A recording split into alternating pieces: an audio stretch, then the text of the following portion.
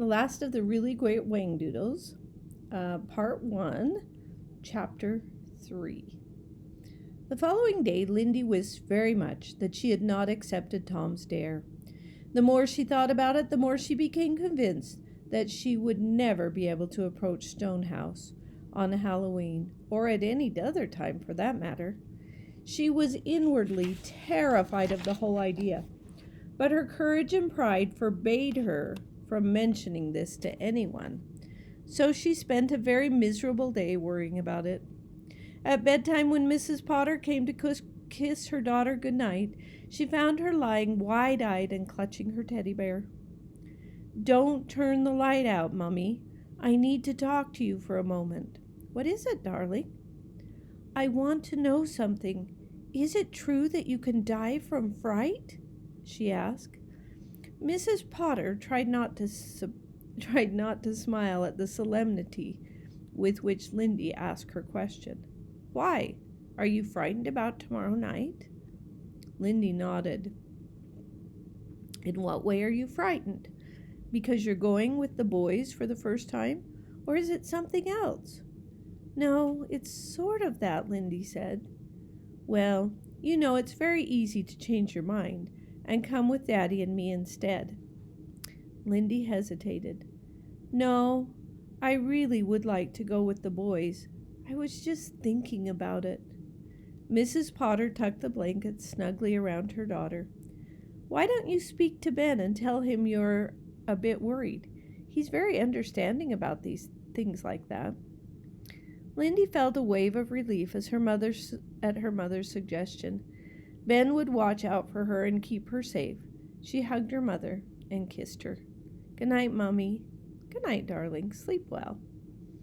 In spite of Mrs. Potter's comforting reassurance, Lindy had terrible nightmares that night. She spoke to Ben immediately after school the next day. "Ben, can you keep a secret?" "Of course I can." "Well," Lindy took a deep breath, "you see, I'm a bit scared about tonight. I want to keep my dare and win the 25 cents. But I am wondering, would you please stay very near when I go up to Stonehouse? And if I scream or faint or anything, will you come and save me?" Ben was flattered that Lindy would turn to him in a time of crisis, and he answered in a big brotherly way, "Of course I will, Lindy. Don't you worry about anything. I'll be right beside you." "Oh, Ben, that's super." At 6:30 p.m., after a very early dinner, the children assembled in the front door to say goodbye to their parents. Lindy's lion costume was a great success. She wore a furry bonnet with 2 soft pointed ears on the top of it, and furry mittens. She had ruby lips, and there were black whiskers painted on her cheeks and a large black spot on the tip of her nose. On the back of her costume, Mrs. Potter had pinned a long silken tail with a gold tassel at the end of it. This would be a good one to draw Lindy in her lion outfit. Tom looked incredibly mean and ugly. He had put on his oldest clothes and patted them into a grotesque shape. He wore a pair of his father's shoes, which were much too big for him. He had used a glue-like substance to pull his face into an agonizing expression. It made Lindy shudder just to look at him, and even Mrs. Potter remarked in a startled voice, "Good heavens, Tom, is that really you?" Ben looked rather dashing, considering he was meant to be a Dracula. He wore a long black cloak with a high collar over a black turtleneck sweater and brown trousers. He painted his face white and his lips dark purplish red. His wig was shiny black. The only really frightening touch was the 2 fangs he had attached to his teeth. Mrs. Potter gave last minute instructions. "Now, Dracula, you're in charge. Act in a responsible manner. No egg throwing, no vandalism." "How about shaving cream?" Tom asked. "Well, all right, in moderation. Off you go.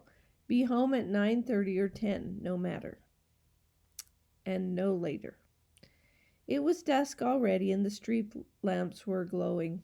Lindy, Tom, and Ben saw people in costumes of every shape and color and size.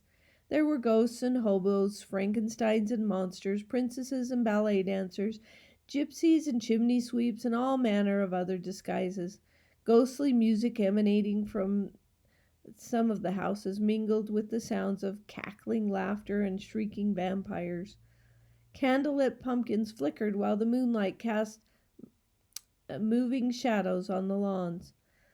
As the night grew darker, Lindy pressed closer to Ben. Tom studied her. Now, Lindy, are you sure you want to go through with this? I mean, it's going to be spooky and dangerous. She nodded her head bravely. Well, okay. Tom spoke with grudging admiration. The three children pushed toward the town, occasionally pausing to knock on the door of any house that looked appealing and cheerful. They collected a sizable bag of candy, chewing gum, and toffee apples, a good portion of which they ate happily. By the time they reached the park,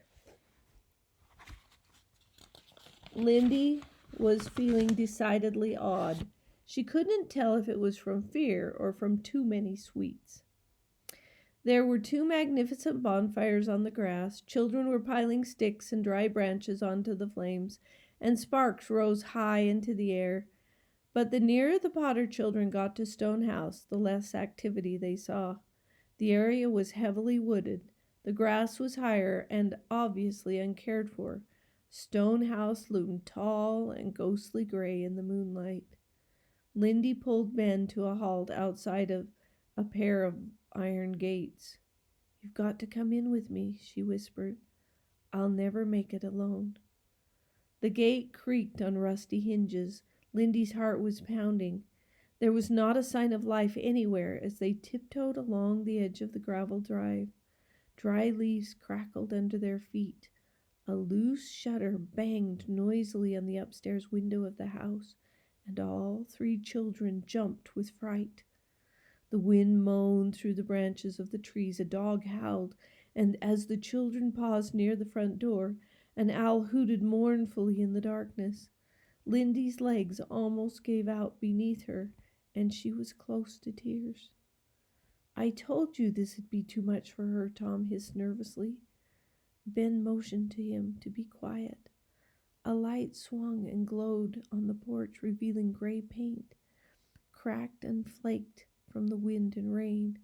Another light shone high up in the house, and another at the back spilled a ghostly yellow beam onto the grass. "Lindy, it's now or never," Ben said solemnly. He let go of his sister's hand. "Do you think you can make it?" Her eyes were wide with fear, and she swayed a little. Go on," Tom said, and prodded her in the back. "Don't do that," she snapped. She took a deep breath and began to walk. She fixed her eyes on the elaborate door knocker and looked neither to the right nor the left. A few yards to the porch seemed endless. Her shoes made a hollow sound as she climbed the wooden stairs. The owl hooted again as she stood on tiptoe and raised a trembling hand to the door knocker. With a burst of courage, she banged hard 3 times. The sound rang out in the stillness of the night and echoed through the trees. For a brief moment, nothing happened. Then suddenly, the front door swung open, and a very sweet and cheerful-looking lady stood smiling at her.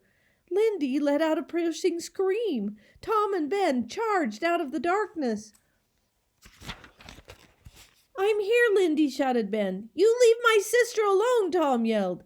The boy's sudden appearance scared the lady so badly that she screamed too. This had an interesting effect of completely silencing the children. There was a sound of running footsteps inside the house, and a voice cried out, "What is it, Mrs. Primrose? I'm coming." A small, funny-looking gentleman raced out of the house and flung a protective arm around the lady's ample figure.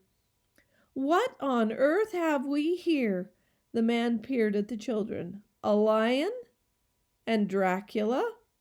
And some other weird fellow? No, It's the Hunchback of Notre Dame. But wait a minute, wait a minute. Bless my soul, haven't we met before? Ben cleared his throat. Yes, sir. We met you at the zoo last Sunday. Of course, but how very nice. He seemed genuinely pleased as he turned to his housekeeper. Mrs. Primrose, these children are my friends. What on earth is all the fuss about?